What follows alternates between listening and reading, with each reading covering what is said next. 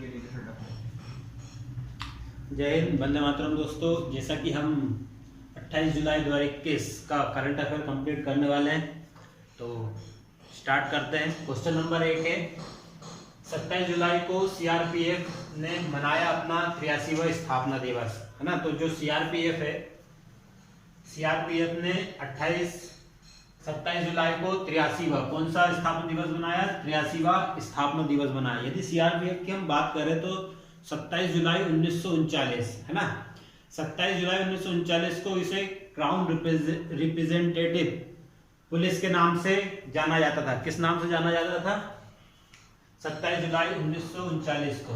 तो 27 जुलाई 1939 को crown representative police के नाम से जाना जाता था, है ना। क्राउन रिप्रेजेंटेटिव, क्राउन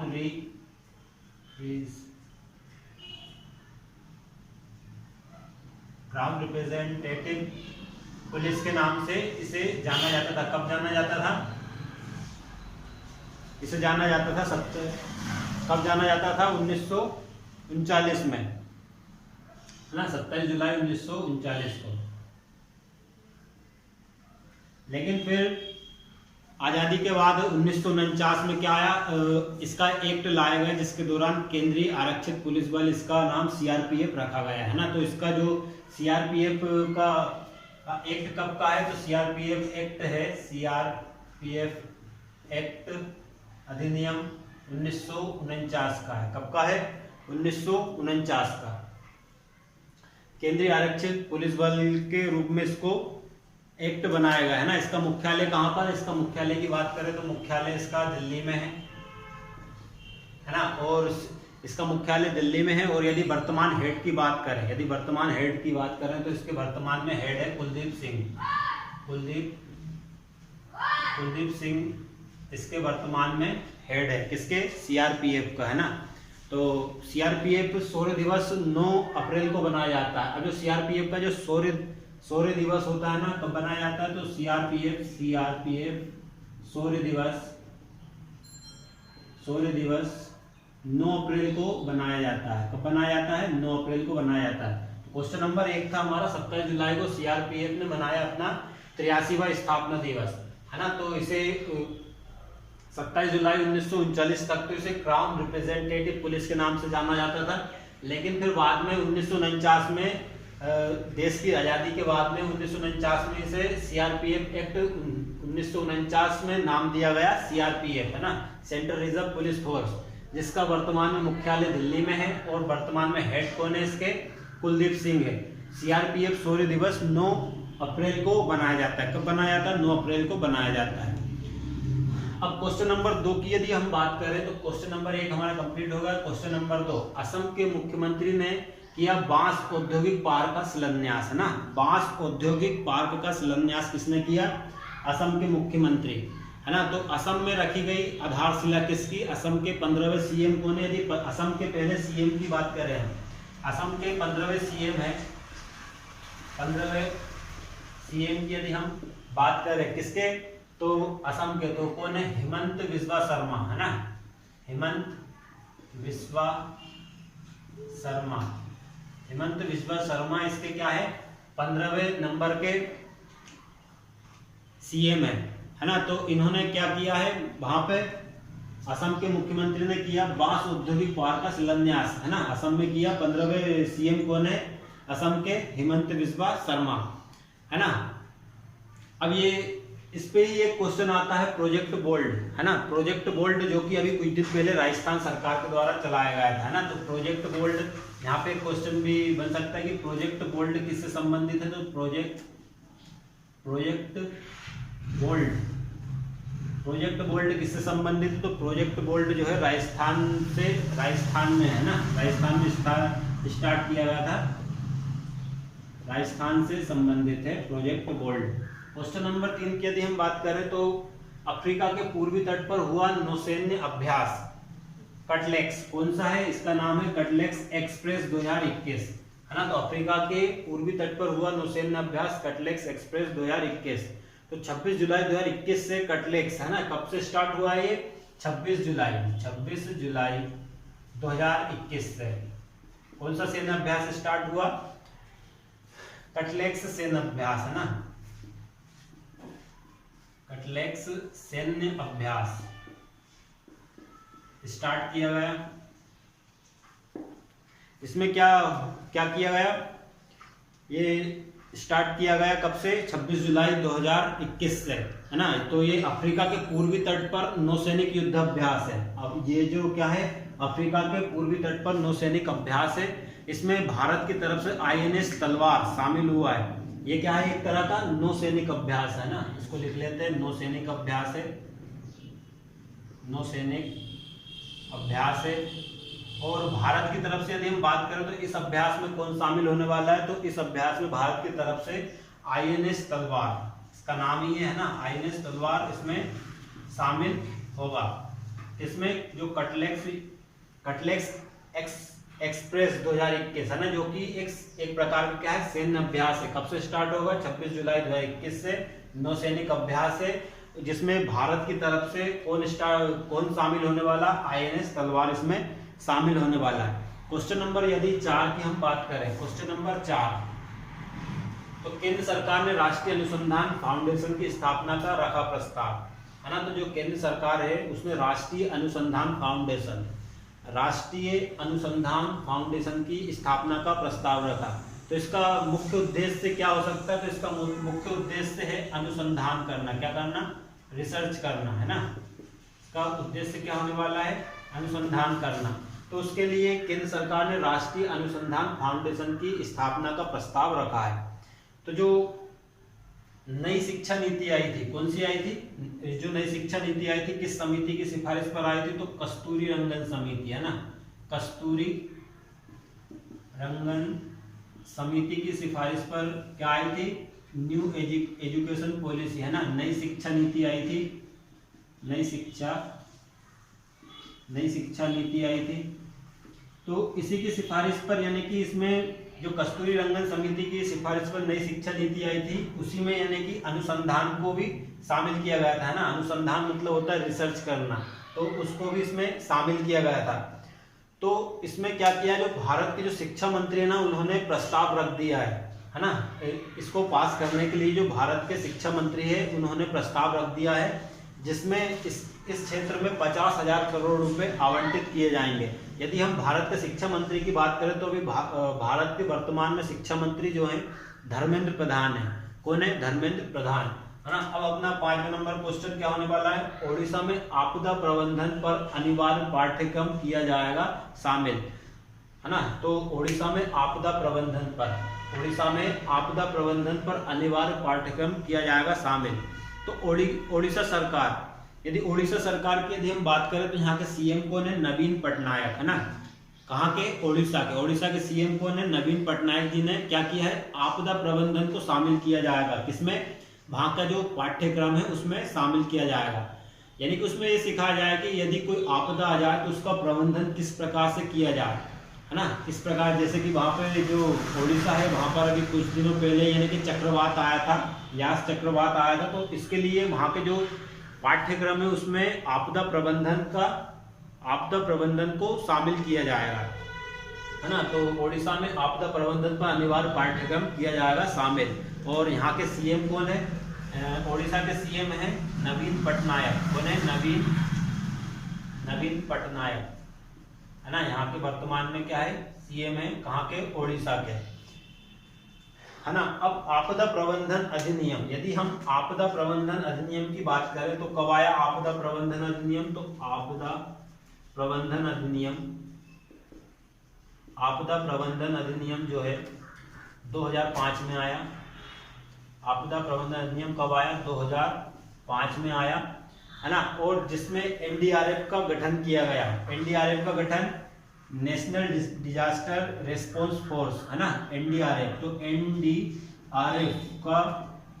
NDRF की स्थापना कब की गई?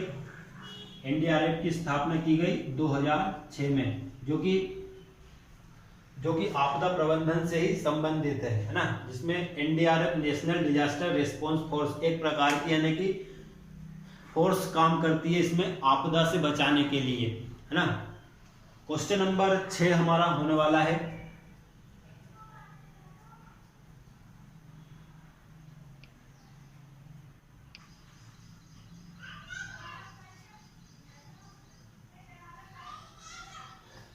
तो दोस्तों क्वेश्चन नंबर 6 हमारा होने वाला है, महिला एवं बाल विकास मंत्रालय, महिला एवं बाल विकास मंत्रालय द्वारा पीएम केयर, कौन सा है, पीएम केयर फॉर चिल्ड्रन योजना लॉन्च की गई। किसके द्वारा लॉन्च की गई, महिला एवं बाल विकास मंत्रालय द्वारा इस योजना का स्टार्ट किया गया है ना। महिला बाल विकास द्वारा एक पोर्टल लॉन्च किया गया। कौन सा पोर्टल लॉन्च किया गया, पीएम केयर फॉर चिल्ड्रन, इसको लॉन्च किया गया। इसका उद्देश्य क्या है, यदि इसके उद्देश्य की हम बात करें तो कोविड-19 है ना, कोविड-19 में जो भी बच्चे अनाथ हुए हैं उनकी सहायता के लिए इस पोर्टल को लॉन्च किया गया। कौन सा पोर्टल है, पीएम केयर फॉर चिल्ड्रन, है ना। इसको क्यों लॉन्च किया गया, जो कोविड-19 के दौरान जो भी बच्चे अनाथ हुए हैं उनकी सहायता के लिए पीएम केयर फॉर चिल्ड्रन.in एक पोर्टल लॉन्च किया गया। जैसे ही बच्चे 18 वर्ष के होंगे, कितने वर्ष के होंगे, 18 वर्ष के होंगे, उन्हें 10 लाख रुपए फिक्स डिपॉजिट कराया जाएगा, है ना। उनका क्या है, 10 लाख रुपए का क्या किया जाएगा, फिक्स डिपॉजिट किया जाएगा, एफडी कराया जाएगा।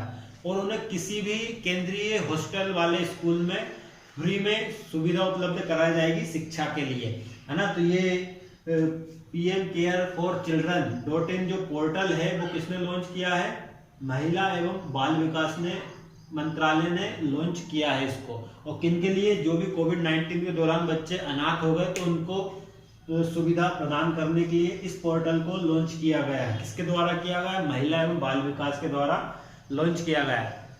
अब हम क्वेश्चन नंबर 7 की यदि बात करें तो नौका नाम से मॉड्यूल लॉन्च किया है। किसने लॉन्च किया है, नौका नाम से, तो नौका नाम से यदि बात करें तो रिसर्च मॉड्यूल है ये क्या है, नौका, नौका क्या है, रिसर्च मॉड्यूल है।